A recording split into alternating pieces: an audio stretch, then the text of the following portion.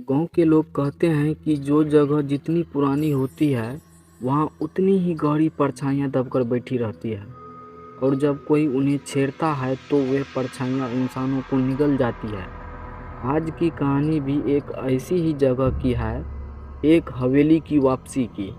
तैयार रहना, क्योंकि यह कहानी सिर्फ सुनाई नहीं जाती, महसूस भी होती है। कहानी को शुरुआत करने से पहले आप लोगों से एक गुजारिश है, इस वीडियो को लाइक ज़रूर कर दीजिएगा भाई।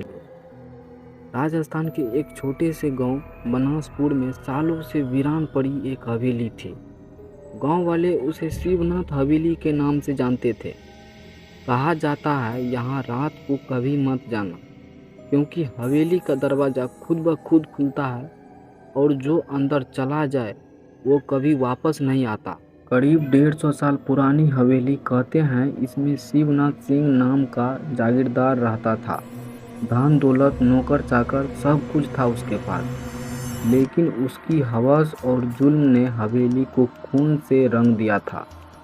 लोगों की ज़मीनें हड़पना, उसकी बेटियों पर नज़र डालना और जो विरोध करे उसे जिंदा दीवार में चुनौ देना, यह सब आम बात थी।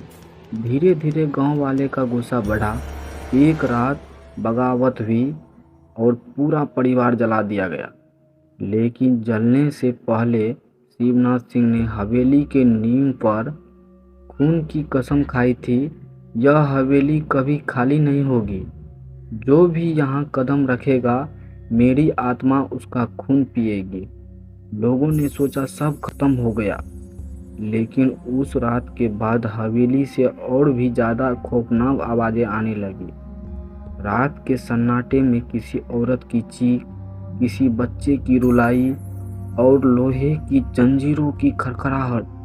गांव वाले ने हवेली को छोड़ दिया। धीरे धीरे पूरा इलाका वीरान होने लगा।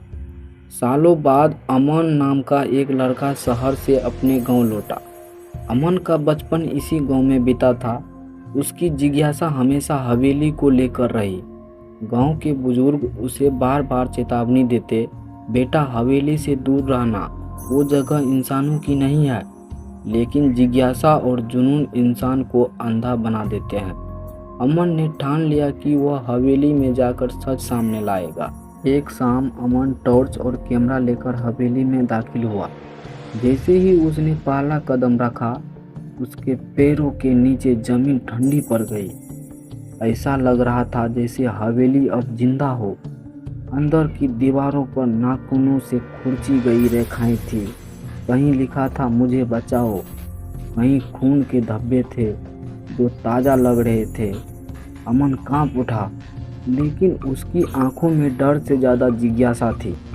हवेली के बीचों बीच एक विशाल हॉल था, वहीं से अक्सर आवाज़ें आती थी। अमन ने हिम्मत कर कदम बढ़ाया। अचानक उसे लगा कोई उसके पीछे चल रहा है। उसने टॉर्च घुमाई, लेकिन वहाँ कोई नहीं था, सिवाय एक परछाई के जो खुद ब खुद दीवार पर हिल रही थी।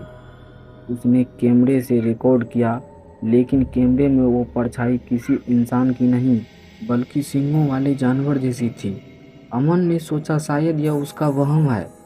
तभी अचानक हवेली में ठंडी हवा चली और हॉल के कोने से बच्चे की हंसी सुनाई दी। खाली हवेली में बच्चों की हंसी। उसकी रूह कांप गई। उसने दरवाजे की ओर भागना चाहा, लेकिन दरवाज़ा खुद ब खुद बंद हो गया।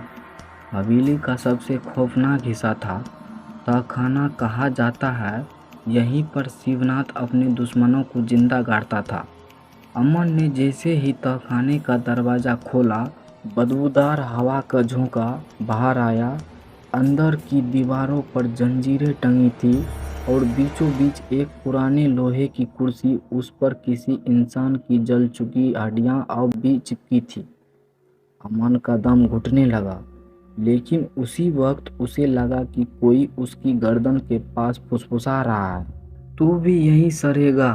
अमन ने अचानक देखा दीवार पर एक टूटा हुआ आईना है। उसने जैसे ही उसमें झांका, उसने खुद को नहीं बल्कि एक जली हुई लाश को देखा। आंखें बाहर निकली हुई, चेहरा राख में बदल चुका। आईना हिलने लगा और उस लाश ने अचानक उसके गले की ओर हाथ बढ़ाया। अमन चीख पड़ा और पीछे हट गया। अब हवेली उसे छोड़ने को तैयार नहीं थी। हर तरफ दरवाजे बंद हो गए, हर खिड़की पर खून की लकीरें फैल गई। अमन ने टॉर्च गिरा दी और तभी पूरा हॉल लाल रोशनी से भर गया। उसने देखा हवेली में लाशें टंगी है, कभी नौकर की, कभी औरत की, कभी बच्चे की। सबकी आंखें उसकी ओर देख रही थी और एक एक कर वे सब चलने लगी। अमन जानता था कि अगर उसने अभी रास्ता नहीं निकला तो वो हमेशा के लिए हवेली में फंस जाएगा। वह दौड़ा और उसे एक पुराना दरवाज़ा दिखा। जैसे ही उसने दरवाज़ा खोला, सामने अंधेरा था, लेकिन उसे लगा यही उसका रास्ता है। वह अंदर कूदा और उसके बाद कोई आवाज़ नहीं आई। अगली सुबह गांव के लोग हवेली के बाहर जमा हुए, क्योंकि रात भर हवेली से चीखों की गूंज आ रही थी। लेकिन सुबह सब कुछ शांत था। लोगों ने अंदर जाने की हिम्मत नहीं की, लेकिन दरवाजे पर अमन का कैमरा पड़ा था। कैमरा चल रहा था और उसमें आखिरी रिकॉर्डिंग थी। दरवाज़ा खुल गया है, लेकिन ये दरवाज़ा बाहर का नहीं, नर्क का है। उस दिन के बाद कोई अमन को नहीं देख पाया। गांव वालों ने फिर हवेली को घेर कर छोड़ दिया, लेकिन लोग कहते हैं रात के अंधेरे में हवेली के दरवाजे पर अब एक नई परछाइयाँ खड़ी होती है। वो परछाई अमन की है, और जो भी हवेली में कदम रखता है, अमन खुद उसे अंदर बुलाता है। यह कहानी बताती है, कभी कभी जिज्ञासा इंसान को वहां पहुंचा देती है जहां से वापसी नामुमकिन होती है। और हवेली वो अब भी खड़ी है, अगले शिकार का इंतजार कर रही है।